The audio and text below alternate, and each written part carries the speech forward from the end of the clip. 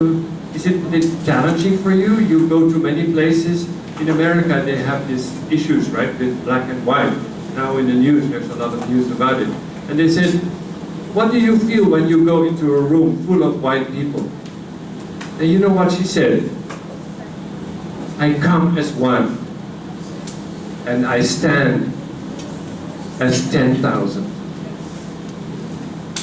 It's actually interesting, in classical Chinese philosophy, 10,000 means everything. You're in the universe. So if you have powerful thinking, you know where you want to go, you use your thumb and all your fingers, then you may stand as one, or you may enter the room as one, but actually you stand as 10,000. And your energy around you will be very attractive, very, very powerful. People want to be with you because you have positive energy around you. Okay, next. Okay, very quick. I go through this very quick. You also need skills for leadership, and I will just share some with you. Next, please. Let's walk around a bit. Okay, you have to have competence. You're studying here in environmental engineering, right? So to have knowledge and skills are incredibly important. Competence, technical competence, without that you cannot get very far in the world. Self-motivation and discipline are also, since the last 2,000 years, you cannot be a leader if you don't cultivate those things. Confidence. How do you rate yourself on between 1 and 10 on a scale of confidence? How many of you are saying, well, my confidence to be a leader is like 6? Okay. How many of you think, I feel like I'm about a 6? Okay. Nobody 6. Let's try 7. Right? Who feels like a 7? Or does anybody feel below 6? When you are asked to speak in front of other people, how do you feel? Like a 3 or an 8? Okay, you get my point, right? Get to know yourself, how confident you are. Once you know, then you can also increase your confidence. You can work on it. And next, please. Effective communication is definitely very important. So learning languages, speaking, listening, you can't really be a leader. Also writing. Some people are introverted. Who among you knows if you're introverted or extroverted? Who is introverted? I'm introvert. Who is introvert with me? Okay. And the others of you are extroverted? What does it mean?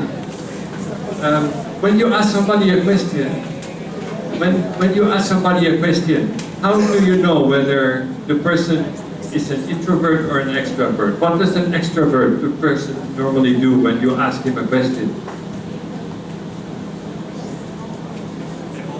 They start talking immediately. They talk and think at the same time, right? Anybody feel like that? You don't actually know yet what to answer, but you start talking anyway. Okay. What do introverted people do when somebody asks them a question?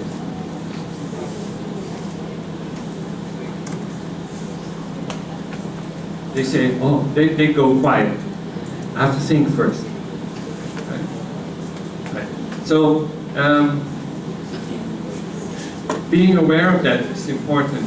When you stand and you talk in front of other people, you have to know those things and be familiar with that kind of awareness. Next, please. Okay, 10 years from now, what are the competencies that you need? Adaptability, effective communication, learning agility, which means always open and expanding your thinking. And when you are in a challenging situation, you give it a positive twist to learn that it is an opportunity. Like in Chinese philosophy, they say, when there is crisis, there is always opportunity in the crisis. This is a way of positive thinking that has to do with your learning agility. multicultural awareness, because we live in a connected world. But self-motivation and discipline are always remain very important. Next, please. So the timeless competencies are communication and self-motivation and discipline. Next, please. Okay, now the last model I want to share with you, actually, if there's time, I would like to ask you to do an exercise. So I will quickly explain this, and then, how are we doing on time?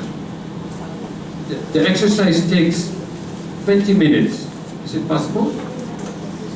And then after that, you can have questions and answer.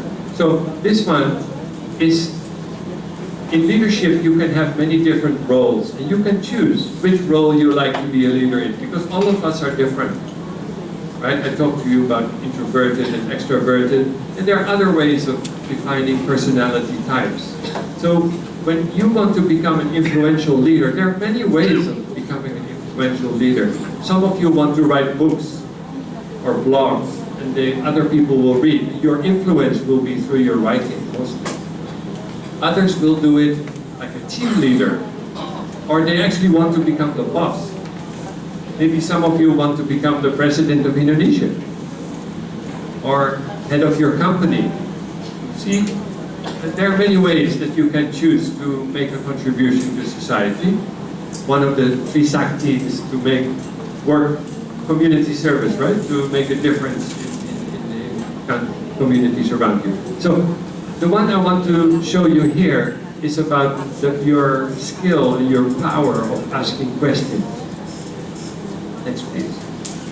So I use this, I call myself Coach Wouter, and coaching is something special. Who knows what coaching is? Do you have any idea what coaching is? Maybe you are familiar with coaching in sports, right? If you want to reach a medal, you want to get a gold medal, are you going to do that by yourself? No, you're probably not getting a gold medal if you don't have a coach. So what about in your life? Do you want to really have a fulfilling life and be successful in the way that you describe success? You probably also can benefit from having a coach, from people in your life who can help you through coaching. But you can also be a coach, not only as a profession like I'm doing now, but you can even be a coach for 20 minutes. How many of you would like to discover how to be a coach for 20 minutes? Maybe we shouldn't do the exercise. I don't see any hands. So, do you like to help somebody else to bring out the best in them? Okay, so this exercise helps you to do that. Next, please. Maybe, yeah, we go to the next slide. So, when we are coaching, we are not telling other people what to do. Because we believe, even if you use coaching as a style, which you can do in 10, 15 minutes, half an hour. So it means that when you meet somebody, instead of telling that person what to do, or how great you are, what you have done, no. In that half hour or 20 minutes, you're going to listen to that person. And you're going to give that person the space to talk about his or her problems. And you're not going to give any advice. This is actually difficult in the exercise, you'll discover that. The only thing you're allowed to do in this exercise is ask a question. So what kind of question do you think you're allowed to ask? A closed question or open question? Do you know the difference between, who knows the difference between an open and a closed question?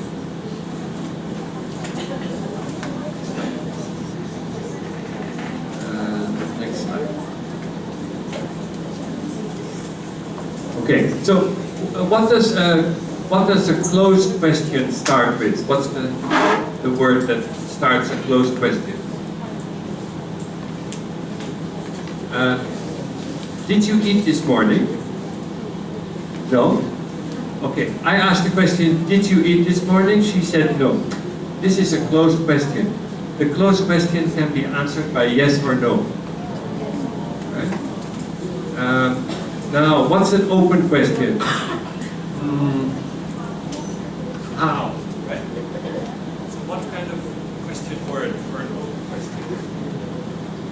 why use effective Why?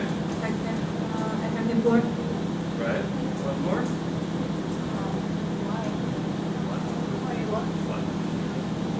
Okay. So if we ask questions like how, what, when, where, why, but we have to be a little bit careful with why. Why do you have a phone with you this morning?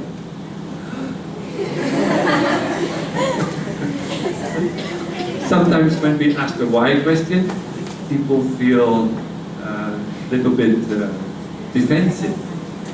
So be careful when you ask why question when you talk to somebody. They may not be open. They may say, who are you? Right? All right, now the example, the exercise I would like you to do is, it's called the GROW model. I will explain because maybe not so clear, especially in the back. The GROW model is in 20 minutes, one of you, if you sit together, one of you is going to be the coach and the other one is going to be the coachee. The person being coached is the coachee. Okay? Now, if you want to be the coach, you're going to ask the question. You're only allowed to ask questions, not any advice. The person who is coachee is going to start the discussion. They say, I have a problem, I have an issue. Can be any issue, but don't make it too heavy, okay? Not too heavy issue. And the other person is, the coach is going to listen and ask questions. And the way you can do this is in 4 steps. So as a coach, so coaches who wants to coach, listen up for a moment. The first question you're going to ask is about the goal. It's about what you want to do, where you want to go. What does your solution look like? What is your ideal situation? It's about a goal. Now, the second step is the reality. So if the person who gives you the problem, who tells the problem, will share what they want to do, what they want to achieve. And secondly, you can ask, okay, what's your issue now? You know, what's your reality? What are you dealing with? What does it feel like? Remember, open question, what, how? The third step is looking at solutions. So you can say, what have you tried already to solve your problem? How did that work? What was your experience? What else can you do? And then the last part of the GROW model is you're actually asking the person, what are you going to do? What will you do? Because the person will find the solution by themselves. You are only asking questions. The solution is already in the person. You just help to bring it out. Okay? So the last question is, what will you do? That wraps up the growth model. Would you like to try this? This is a closed question. I am asking you for a yes or a no. Okay, let's try. So, you are all sitting in pairs of 2, but some of you are sitting by yourself. Can you pair up with somebody so that you're sitting with someone? Can we do that? This technique, this model, you can use anywhere with anyone. Yeah. Okay? Okay. So find a friend to sit with and select if you're going to be the coach or the coachee. Normally, when I do this exercise, you have a turn to be the coach and the coachee. But today we don't have enough time, so you have to choose. And then later, after our talk today, you can practice the other way around. Okay? So, and everybody has decided who wants to be the coach?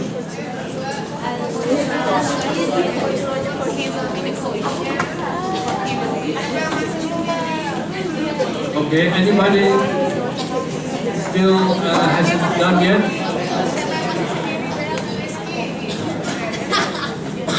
Who needs a partner? Who still needs a partner? All of you have found a partner to work with? Okay. All right. So, have you decided who is the coach and the coachee? Yes? Okay. Now, remember, the coach is not giving any advice. The coachee starts talking. And by the way, a very important thing. When you start, you promise each other that it's confidential. So you're not going to talk about it to somebody else. Okay? So after you leave this room, you're not going to say, oh, you know what my friend told me? All right? So it's confidential. You promise that. Okay, so time starts now. The coachee starts. I have a problem. I have a challenge. I have an issue, and I appreciate your, to talk to you about it. Okay, and then the coach starts by asking the question about the goal, the reality, the options, and the result, and the action. Okay, we start? Start now.